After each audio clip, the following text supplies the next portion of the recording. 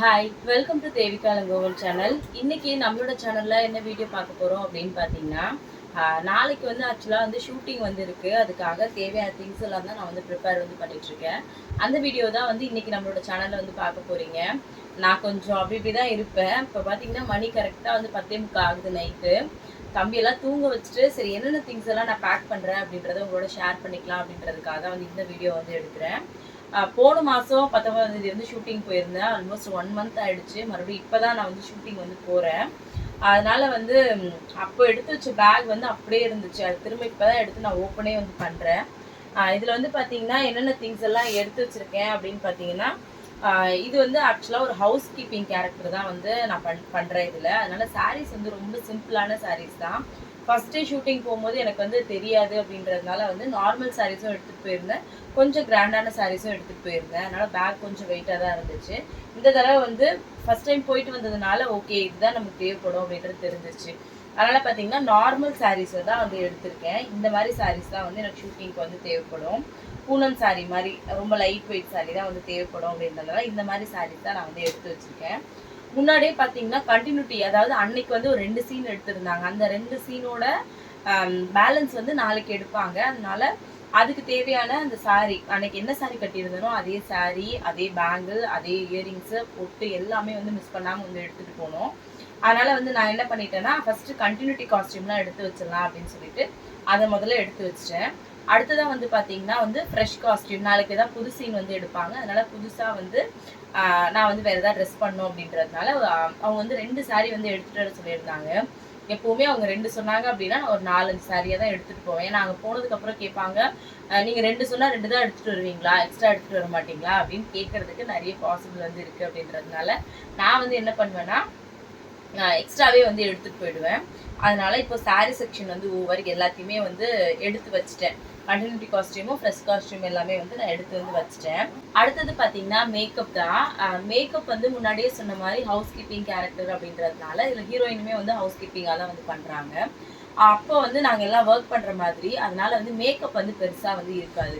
போன தடவை பார்த்தீங்கன்னா மேக்கப் ஹவுஸில் என்னோட மேக்கப் ஸ்டிக்லேருந்து, ஐலைனர்லேருந்து, மஸ்காரா, அதுக்கப்புறம் ஷைனர் இது எல்லாமே வந்து எடுத்துகிட்டு போயிருந்தேன். இப்போ வந்து தெரிஞ்சிருச்சு ஓகே இது மட்டும் தான் தேவைப்படும் அப்படின்னு சொல்லிட்டு அங்கே ஆக்சுவலாக வந்து தலை பின்னுறதுக்கு கூட அவங்க அலோவ் பண்ணல. ஃபுல்லாக கொண்ட மாதிரி போட்டுக்கோங்க அப்படின்ற மாதிரி சொல்லிட்டாங்க. அது மட்டும் இல்லாமல் சாரீக்கு வந்து மேலே ஒரு ஓவர் கோட் கொடுத்துட்றாங்க. அதனால நம்ம என்ன சாரீ கட்டியிருக்கோன்னே பெருசாக வந்து தெரியல.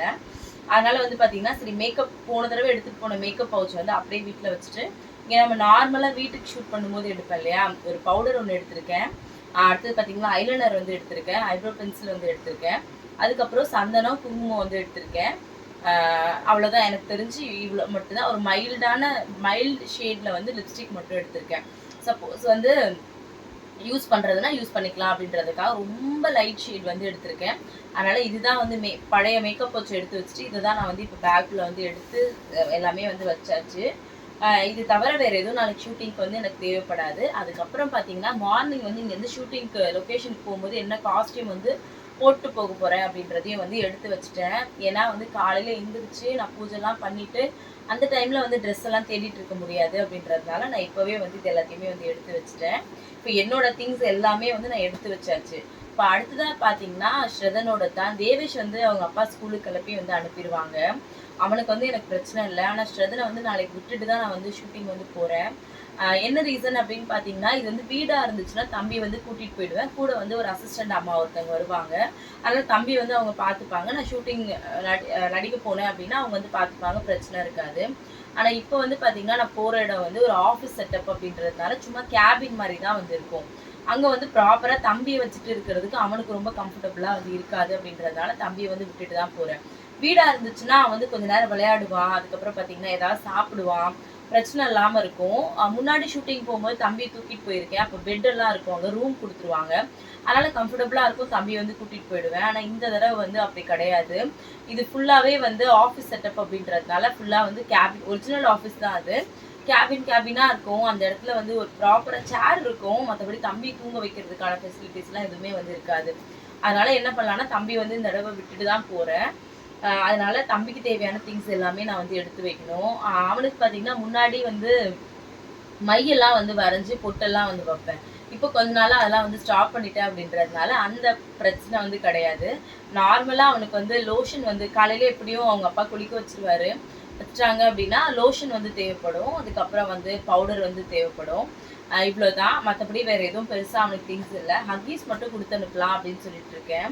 ஆக்சுவலாக பரணி கிட்ட தான் வந்து தம்பியை வந்து விட்டுட்டு போக போறேன். அவள் வந்து நான் பார்த்துக்கிறேன், நீ ஷூட்டிங் போயிட்டு வா அப்படின்னு சொல்லியிருக்கான். அதனால வந்து தம்பிக்கு தேவையான திங்ஸ் மட்டும் இப்போ எல்லாத்தையுமே வந்து பேக் பண்ணி வைக்கணும்.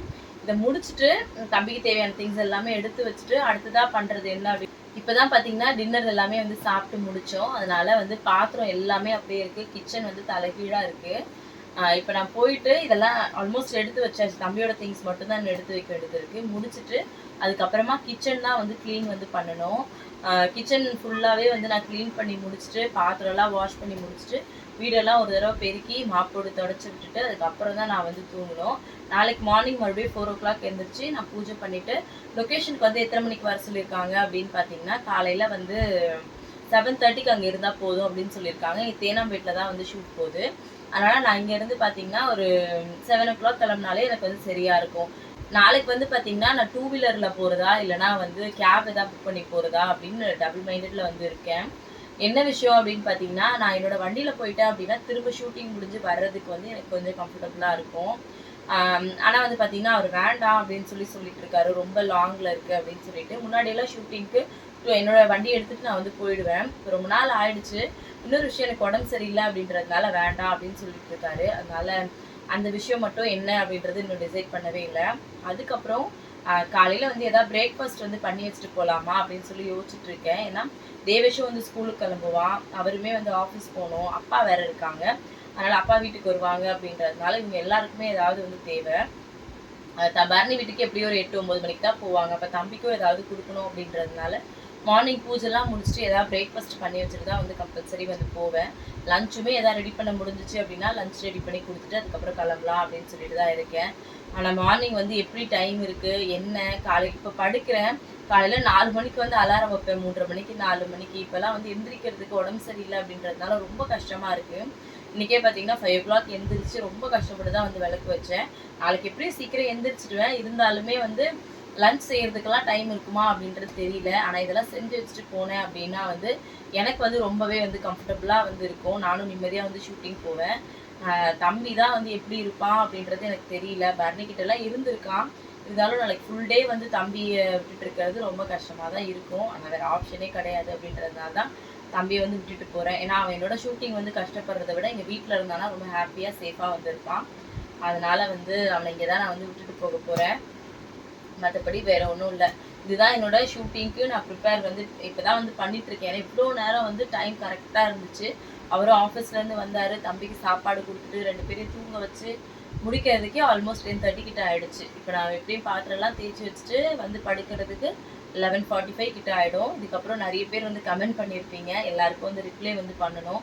எப்படியும் நான் படிக்கிறதுக்கு 1 மணியாவது ஆகிடும் அப்படின்னு நினைக்கிறேன். ஏன்னா மார்னிங்லேருந்து எனக்கு கமெண்ட் பண்ணலாம் அப்படி ரிப்ளை பண்ணலான்னு பார்க்குறேன். கமெண்ட்ஸுக்கெலாம் நடுவில் பண்ணிகிட்டே தான் இருக்கேன். ஏன்னா வீடியோவும் எடிட் பண்ணணும், தம்பியும் பார்த்துக்கணும். அப்படிங்கும்போது தம்பி தூங்கும்போது தான் வந்து என்னால் மற்ற வேலையெல்லாம் வந்து பார்க்க முடியும். இப்போ தம்பி வந்து பார்த்திங்கன்னா முன்னாடி வந்து 2 times 3 times வந்து தூங்குவான். ஆனால் இப்போல்லாம் காலையிலேருந்து தூங்கவே இல்லை. 3 o'clock வரைக்கும் அவன் தூங்கவே இல்லை. இப்போ தான் வந்து ஈவினிங் கொஞ்சம் நேரம் வந்து தூங்கினான், அவ்வளோதான். அதுக்கப்புறமா அவர் வந்ததுக்கப்புறம் மாடியில் கொண்டு போய் சாப்பாடெல்லாம் வந்து கொடுத்துட்டு இப்போ தான் வந்து படுக்க வந்து வச்சுருக்கேன். அதனால் இன்னும் அவ்வளோ வேலை இருக்குது. நான் இப்போ இது எல்லாத்தையுமே வந்து பேக் பண்ணி முடிச்சிட்டேன். இப்போ நான் வந்து கிச்சனுக்கு போயிட்டு என்னோடய கிச்சன் வேலையெல்லாம் வந்து பார்க்க போகிறேன். இப்படி தான் நான் வந்து ஷூட்டிங் போகிறேன் அப்படின்னா வந்து என்னோடய நைட் ரொட்டீன் வந்து ஆக்சுவலாக வந்து இப்படி தான் இருக்கும். இது மாதிரி தான் வந்து நான் கிளம்புவேன். ஏன்னா தம்பி தூங்கிட்டு இருக்கும்போது என்னால் எந்த வேலையுமே வந்து பண்ண முடியாது. நான் மேக்கப் வச்சதாக எடுத்து வச்சேன்னா ஃபுல்லாக எடுத்து கீழே வந்து கொட்டுவான். இந்த மாதிரி நிறைய சேட்டெல்லாம் வந்து பண்ணுவான். அப்படின்றதுனால வந்து அவனை தூங்க வச்சுட்டு அதுக்கப்புறம் பண்ணிக்கலாம் அப்படின்னு சொல்லிட்டு தான் நான் வந்து இருந்தேன்.